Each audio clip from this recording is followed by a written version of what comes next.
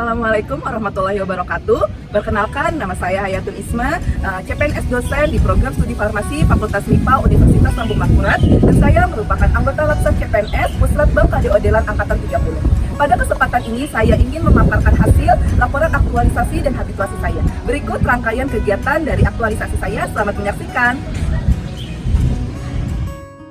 Berikut laporan aktualisasi saya dengan judul Peningkatan Mutu Program Studi Farmasi Fakultas MIPA Universitas Lambung Mangkurat. Adapun core isu pada aktualisasi ini yaitu belum sesuainya implementasi PPFPP terhadap standar pendidikan tinggi di program studi. Adapun gagasan penyelesaian dari isu tersebut yaitu penyusunan dokumen manual SPMI program studi yang merupakan petunjuk praktis dari siklus PPFPP. Aktualisasi saya terdiri atas 4 kegiatan. Adapun kegiatan yang pertama yaitu menganalisis standar pendidikan tinggi yang ditetapkan perguruan tinggi dalam lingkup program studi dan menyusun draft dokumen manual SPMI program studi farmasi. Tahapan kegiatan yang pertama yaitu mempelajari dan menganalisis standar pendidikan tinggi yang ditetapkan ULM selaku perguruan tinggi untuk lingkup program studi. Sebelum melakukan penyusunan dokumen manual SPMI, perlu terlebih dahulu ditentukan standar-standar yang akan digunakan di program studi farmasi dengan mempelajari dokumen standar SPMI Universitas dan dokumen standar SPMI Fakultas MIPA.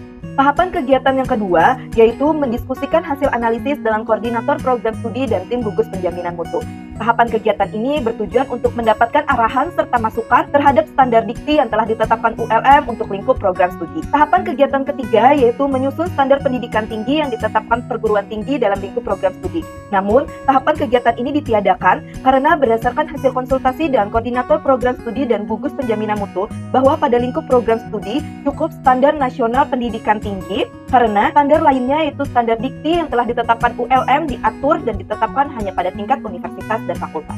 Tahapan kegiatan keempat melakukan studi literatur untuk rujukan penyusunan dokumen manual SPMI, dan ini beberapa referensi yang diperoleh dari hasil penelusuran. Tahapan kegiatan kelima membuat draft dokumen manual SPMI berdasarkan masukan dan referensi yang telah diperoleh. Selanjutnya dilakukan penyusunan draft dokumen manual SPMI program studi.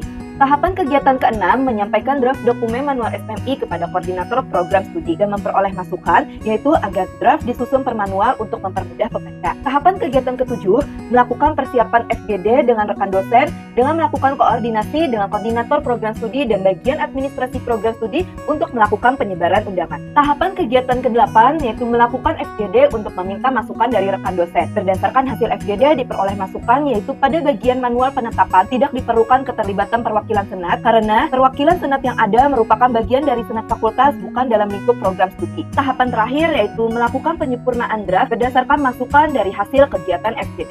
Kegiatan kedua dari aktualisasi ini yaitu piloting dokumen manual SPMI program studi farmasi. Adapun tahapan kegiatan 1 dan 2 yaitu melakukan diskusi dengan koordinator program studi dan tim gugus penjaminan mutu terkait konsep kegiatan dan menetapkan manual dan standar yang akan dilakukan piloting.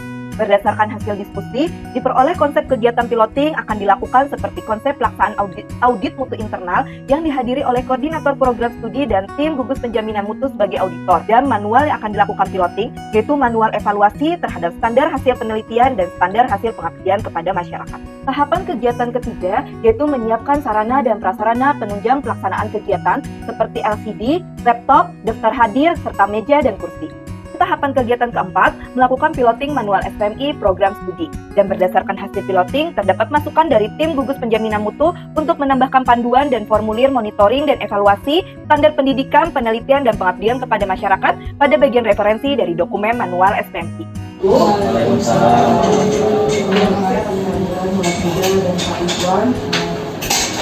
Langsung aja mungkin saya akan membacakan prosedur atau langkah-langkah terkait proses evaluasi terhadap standar baik itu hasil penelitian maupun hasil pengabdian kepada masyarakat. Adapun prosedur yang pertama itu dari gugus penjaminan mutu atau GPM merumuskan instrumen evaluasi terhadap standar baik itu hasil penelitian maupun hasil pengabdian kepada masyarakat.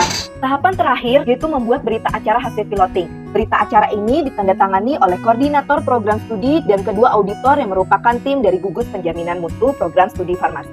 Kegiatan ketiga dari aktualisasi ini yaitu finalisasi dokumen manual SPMI program studi farmasi.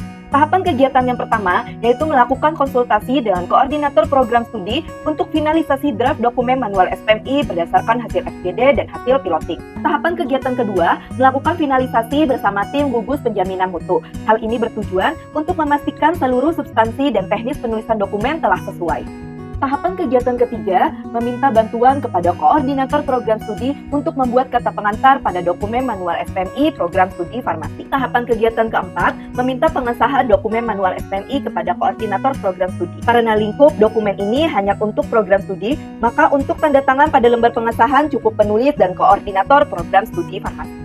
Dan tahapan terakhir yaitu melakukan pencetakan dan penjilitan dokumen manual SPMI program studi farmasi. Kegiatan keempat dari aktualisasi ini yaitu melakukan publikasi dan sosialisasi dokumen manual SPMI program studi. Tahapan kegiatan yang pertama, menghubungi dan melakukan koordinasi dengan tim website program studi untuk mengupload dokumen manual SPMI di website. Publikasi dokumen manual SPMI melalui website bertujuan agar mempermudah akses terhadap dokumen manual SPMI program studi farmasi.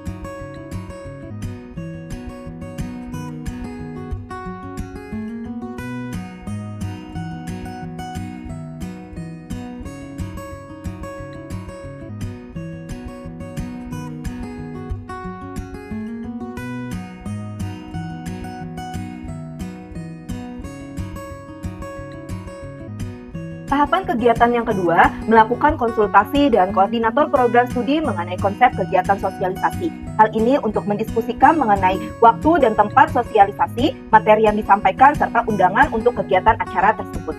Tahapan kegiatan ketiga, membuat materi sosialisasi. Materi ini dibuat menggunakan PowerPoint yang dibuat dengan seefektif dan seinformatif mungkin sehingga materi sosialisasi dapat dengan mudah untuk dipahami. Tahapan kegiatan keempat, melakukan persiapan sosialisasi untuk melakukan penyebaran undangan yang dilakukan dengan berkoordinasi dengan bagian administrasi program studi farmasi. Dan tahapan terakhir, yaitu melakukan sosialisasi dokumen manual SPMI. Sosialisasi ini bertujuan agar para dosen di program studi farmasi dapat mempelajari dan memahami proses peningkatan mutu yang berkelanjutan di program studi farmasi. Untuk penyelenggaraan pendidikan tinggi dan berdasarkan amanat dari Undang-Undang Nomor 12 Tahun 2012 mengenai pendidikan tinggi bahwa suatu perguruan tinggi itu wajib untuk melaksanakan SPMI. Kesimpulan yang dapat diambil dari aktualisasi ini yaitu 1. Seluruh kegiatan dan tahapan kegiatan yang direncanakan telah dilaksanakan sesuai dengan timeline yang disusun. Kedua, isu dapat diselesaikan dengan adanya dokumen manual SPMI yang berfungsi sebagai panduan dalam pelaksanaan siklus PPFP sebagai upaya dalam peningkatan mutu program studi farmasi.